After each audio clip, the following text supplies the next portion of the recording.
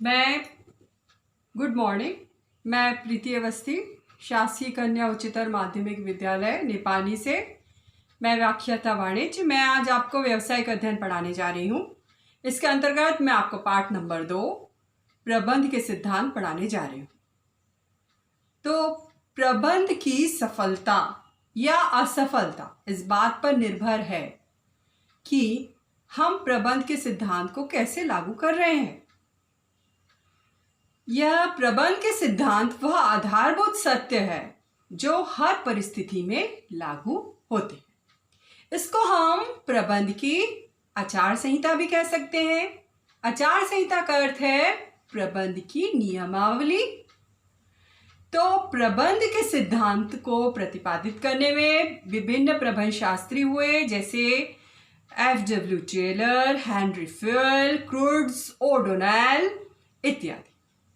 इनमें से F.W. Taylor, इन्हें प्रबंध का, वैज्ञानिक प्रबंध का जन्मदाता कहा गया, और हेनरी फ्यूल को प्रबंध का जनक कहा गया।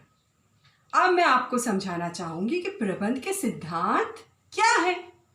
तो यहां देखिए, प्रबंध के सिद्धांत सामान्य प्राप्त वे आधारभूत सत्य हैं जो प्रबंध से संबंधित कार्यों के परिणाम की भविष्यवाणी करने में क्षमता रखते हैं। यह कथन है प्रसिद्ध प्रबंध शास्त्री क्रूड्स एवं ओडोनेल का। इसका अर्थ है प्रबंध के जो सिद्धांत है उसको सर्वत्र मान्यता प्राप्त है, वह सभी जगह लागू होते हैं और ये आधारभूत सत्य हैं जो हर जगह लागू होते हैं और जिसके द्वारा हम कार्यों के को परिणाम तक, लक्ष्य तक पहुंच सकते हैं। और आगे अब मैं समझाना चाहूंगी प्रबंध के सिद्धांतों का महत्व क्या है। तो पहला है कार्य क्षमता में वृद्धि। कार्य क्षमता में वृद्धि यानी कार्य करने के तरीके में, कार्य करने का जो आउटपुट है, यानी कार्य करने का जो उत्पादन कार्य है, जो भी प्रतिफल हो रहा है कार्य करने में, वह बढ़ जाएगा। आपका उत्पादन बढ़ जाएगा, आपका प्रतिफल बढ़ जाएगा, आपको लाभ होगा, आपकी कार्य क्षमता बढ़ जाएगी। इससे क्या होगा, सभी लाभान्वित होंगे। जहां जिस कार्य को करने के लिए आपको ज़्यादा समय लगता था, उस कार्य को करने में आपको कम समय लगेगा। और यह हर उद्यमी की कोशिश रहती है कम समय में अच्छे से अच्छा उत्पादन करे, और हर उद्यमी यही चाहता है कि उसका उद्योग लाभ में रहे। दूसरा है प्रशिक्षण में सहायक। प्रबंध के सिद्धांत के द्वारा ही हम प्रशिक्षण दे सकते हैं लोगों को, है ना। पहले हमें प्रबंध के सिद्धांत तो पता होंगे तभी हम प्रशिक्षण दे सकते हैं। प्रशिक्षण का जीवन में बहुत ही महत्व है। भले ही किसी व्यक्ति को कितना भी ज्ञान हो, लेकिन उसको जब तक प्रशिक्षित ना किया जाए वह अच्छा कार्य नहीं कर सकता। जैसे कि कहते हैं लोहा तप कर ही सोना बनता है, आग में तप कर ही बनता है। अब आगे प्रबंध का विस्तृत ज्ञान। प्रबंध के विस्तृत ज्ञान को जानने के लिए सबसे पहले हमें प्रबंध का ज्ञान होना चाहिए। जब हमें प्रबंध के सिद्धांतों का ज्ञान होगा तभी हमें प्रबंध का विस्तृत ज्ञान होगा, हम गहराई से उसका अध्ययन कर पाएंगे। अब आगे है अनुसंधान में सुविधा। जब हमें प्रबंध के सिद्धांत पता होंगे तभी हम उस पर अनुसंधान कार्य कर सकेंगे। अनुसंधान करना यानी किसी भी विषय पर गहराई से अध्ययन करना। अब आखिरी पॉइंट है सामाजिक लाभ।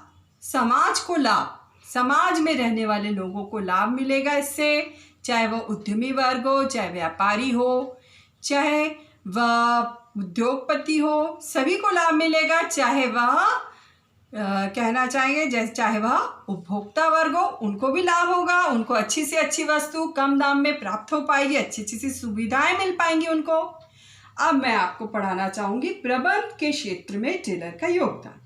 तो सबसे पहले हम ये जाने कि टेलर कौन है। तो टेलर जी का पूरा नाम था फ्रेडरिक विल्सन टेलर। इन्हें हम वैज्ञानिक प्रबंध का जन्मदाता भी कहते हैं। इनका जन्म 1956 ईस्वी में फिलोसफिया यूएसए में हुआ। इन्होंने सन 1910 ईस्वी में शॉप मैनेजमेंट तथा 1911 ईस्वी में प्रिंसिपल ऑफ साइंटिफिक मैनेजमेंट की रचना की और इनकी मृत्यु 1915 में हो गई। ये पेशे से एक इंजीनियर थे और इन्हें हम वैज्ञानिक प्रबंध के जन्मदाता भी कहते हैं। अब देखिए टेलर द्वारा प्रतिपादित वैज्ञानिक प्रबंध के सिद्धांत। इसमें सबसे पहले आएगा कार्य अनुमान का सिद्धांत। कार्य अनुमान का सिद्धांत यानी किसी भी कार्य को करने के लिए कितना समय लगेगा, कितना खर्चा आएगा, क्या समस्याएं आ सकती हैं, किस विधि का उपयोग करना है, किस कार्य को किससे करवाना है, यह सारी चीज़ें हम कार्य अनुमान में लगा लेते हैं। आप भी आम जीवन में देखोगे कि जब हम कोई कार्य करते हैं तो क्या करते हैं, पहले से अनुमान लगा लेते हैं कि वो कार्य कब तक पूरा होगा, क्या क्या मुश्किलें आएंगी, कितना बजट बनेगा, सारी चीज़ें इसमें आ जाती हैं। दूसरा है प्रयोगों का सिद्धांत। प्रयोग करना, जैसे प्रयोग करते हैं आप लोग लैब में जाते हो, लैब में प्रयोग करते हैं, प्रैक्टिकल करना, तो इसमें विभिन्न प्रयोग किए गए। पहला प्रयोग समय अध्ययन को लिया गया। इसे समय अध्ययन को कहते हैं टाइम स्टडी। टाइम स्टडी यानी कितना समय लगता है। इसके लिए टेलर महाशय क्या किए, इसके लिए टेलर महाशय एकांत में जाकर बैठ गए और उन्होंने यह कोशिश की देखने के लिए कि किसी कार्य को करने में कितना समय लगता है और श्रमिक कितना समय लगा रहा है। इसके लिए वह एकांत में जाकर बैठ गए और उन्होंने स्टॉप वॉच से यह पता लगाने की कोशिश की कि किसी कार्य को करने में कितना समय लगता है और श्रमिक कितना समय लगा रहा है। और उन्होंने पाया कि किसी कार्य करने में श्रमिक 50% ज़्यादा समय लगाता है कार्य करने के लिए, अगर उसे सही तरीका पता ना हो। दूसरा है गति अध्ययन। गति अध्ययन को अंग्रेजी में बोलते हैं मोशन स्टडी। इसमें उन्होंने यह ज्ञात करने की कोशिश की कि किसी कार्य को करने में कितनी गति लगती, कितनी स्पीड लगती है। और उन्होंने ये पाया, उन्होंने इसको जानने के लिए वह एकांत में बैठ गया और उन्होंने कैमरे का उपयोग किया। उन्होंने श्रमिकों को बिल्कुल भी साधारण अवस्था में काम करने दिया, जैसा वो साधारण ढंग से कार्य करते हैं वैसे ही कार्य करने दिया। और उन्होंने ये पाया कि अगर श्रमिक को गाइडलाइंस नहीं दिया जाए, उनका उचित मार्गदर्शन नहीं किया जाए, तो वो क्या करते हैं, किसी भी कार्य करने में ज़्यादा से ज़्यादा अनावश्यक हरकत करके ज़्यादा से ज़्यादा समय लगाते हैं और बहुत ही धीमी गति से कार्य करते हैं। तो ये था गति अध्ययन। अब तीसरा है थकान अध्ययन। थकान अध्ययन यानी कोई भी कार्य को आप जब शुरू करते हैं तो क्या होता है, शुरू में आपके कार्य करने की गति बहुत तेज़ रहती है, लेकिन धीरे धीरे मानसिक थकान के कारण या शारीरिक थकान के कारण आपके कार्य करने की क्षमता धीमी हो जाती है। इस थकान को अंग्रेजी में फैटिग बोलते हैं। फैटिग यानी मानसिक थकान। क्या होता है, विद्यालय में भी आप देखोगे, आप जब पढ़ते हो फर्स्ट सेकंड पीरियड के बाद आपको लघु विश्राम दिया जाता है, फिर बीच में आपको ब्रेक दिया जाता है और उसके बाद बीच बीच में ये ब्रेक इसलिए दिया जाता है कि आपका वैसे ही मनोबल बढ़ा रहे। तो उन्होंने ये पाया कि अगर श्रमिक थकान महसूस करने लगता है अगर उसे लगातार निरंतर कार्य करने दिया जाए, अगर बीच बीच में उसे जलपान दिया जाए, विश्राम दिया जाए, और तो उसके कार्य करने की क्षमता वैसी ही बनी रहेगी और वो जिस मनोबल, जिस उत्साह से उसने कार्य आरंभ किया था, वह उस कार्य को फिर से वैसे ही करता रहेगा। तो यह उसने थकान अध्ययन में उन्होंने पाया। अब आगे है नियोजन का सिद्धांत। नियोजन को प्रबंध का हृदय कहते हैं। नियोजन करना सबसे ज़्यादा ज़रूरी है। नियोजन क्या है, भविष्य को पिंजरे में कैद करने के लिए नियोजन किया जाता है। नियोजन करना पूर्व अनुमान लगाना है। आप लक्ष्य तक पहुंचना चाहते हैं और उस लक्ष्य तक पहुंचने में आपको क्या क्या परेशानियां होंगी, ये सब हम नियोजन के द्वारा, प्रॉपर प्लानिंग के द्वारा जान सकते हैं। अब आगे आया वैज्ञानिक चयन एवं प्रशिक्षण का सिद्धांत। वैज्ञानिक चयन एवं प्रशिक्षण का सिद्धांत। चयन करना यानी व्यक्ति को कार्य सौंपना, कौन सा व्यक्ति कौन सा कार्य करेगा। तो यहाँ इन्होंने ये बात साफ साफ कही कि मैं चयन से ये मत समझा जाए कि विशिष्ट दक्षता वाले ही व्यक्ति को कार्य के लिए चुना जाएगा, ऐसा नहीं है। सामान्य दक्षता वाले व्यक्ति, सामान्य व्यक्ति भी कार्य करने के लिए चयनित किया जा सकेगा। और उन्होंने अपनी किताब में यह भी लिखा है कि मैं उस चिड़िया को लाभदायक नहीं मानता हूँ जो गा तो सकती है लेकिन गाने तैयार नहीं है। यानी जो व्यक्ति कार्य करने में दक्ष है लेकिन वह कार्य करने तैयार ही नहीं है, तो वो कार्य करने के लिए उपयुक्त नहीं होगा। और उन्हें प्रशिक्षण दिया जाता है ताकि वह प्रशिक्षण देकर सामान्य व्यक्ति को भी आप योग्य बना सकते हैं, उसके गुणों का विकास कर सकते हैं और उससे अच्छे से अच्छा कार्य आप करवा सकते हैं। अब आया कार्य का युक्तिपूर्ण विभाजन का सिद्धांत। युक्तिपूर्ण विभाजन यानी हर व्यक्ति की कार्य क्षमता अलग रहती है। कोई व्यक्ति हाथ का काम अच्छा करता है, कोई पैर का कार्य अच्छा करता है, कोई सुनने का काम अच्छा करता है, कोई बोलने का काम अच्छा करता है। तो व्यक्ति को उसकी कार्य क्षमता के अनुसार अगर कार्य सौंपा जाएगा तो वो कार्य अच्छा करेगा।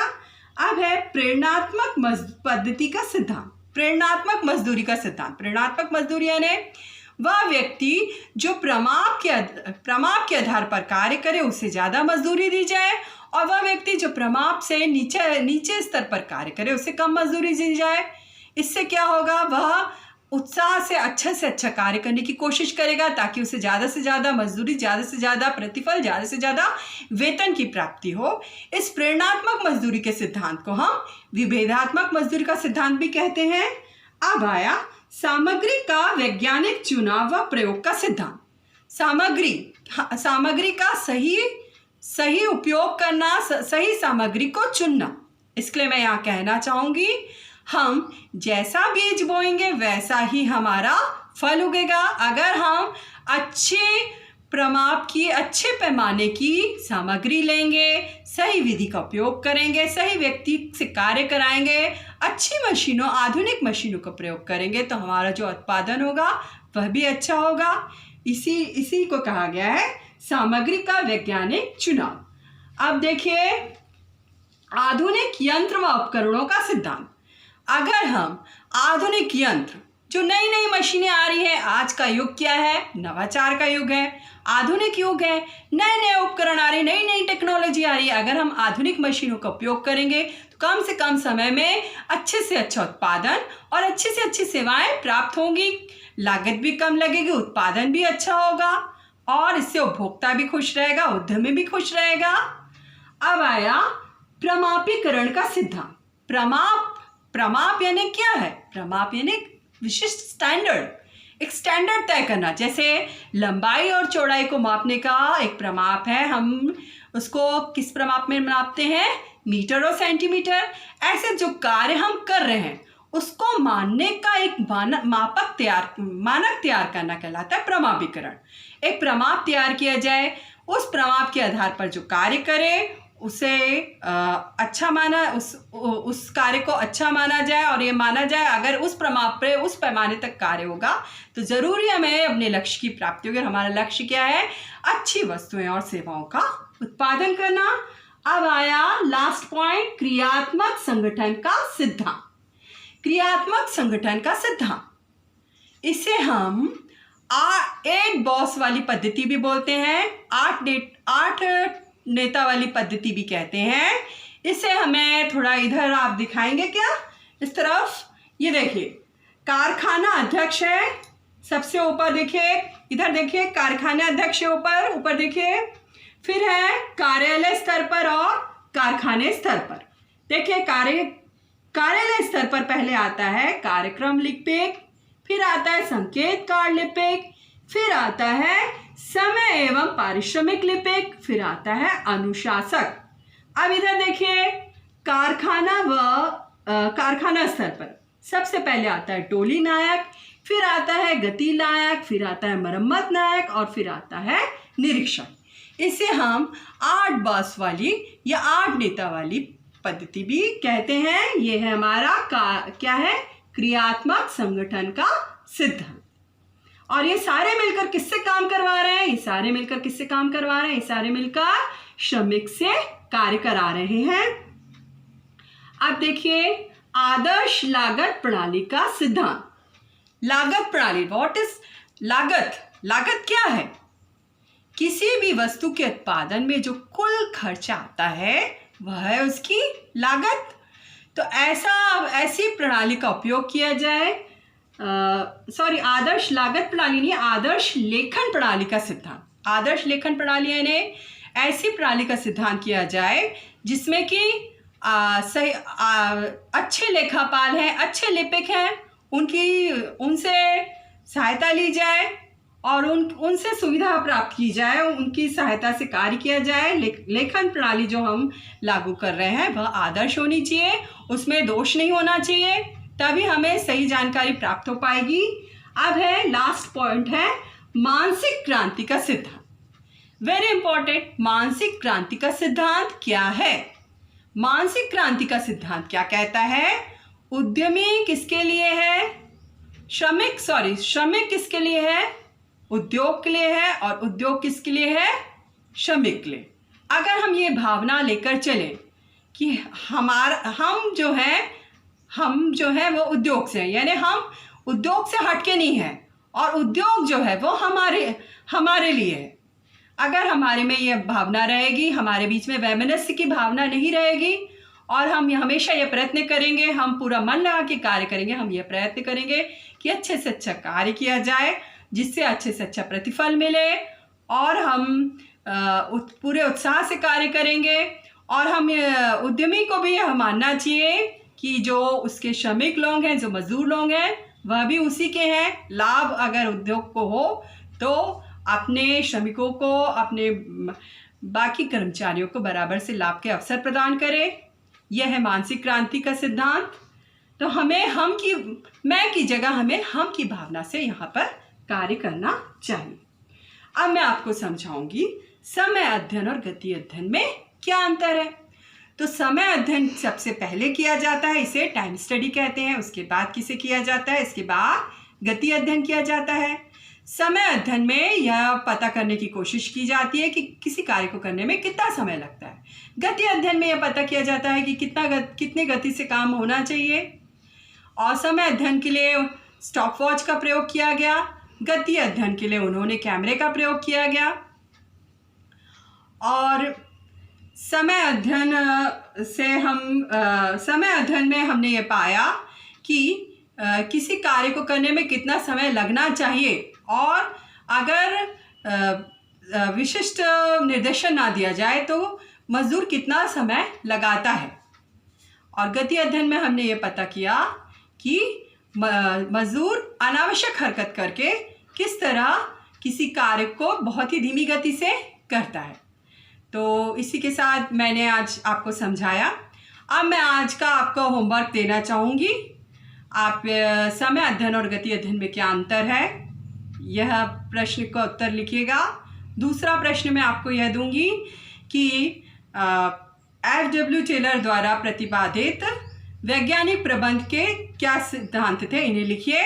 और तीसरा प्रश्न ये मैं कहूँगी, प्रबंध के सिद्धांत क्या है, इसको समझाइए। धन्यवाद। देखो ठीक है।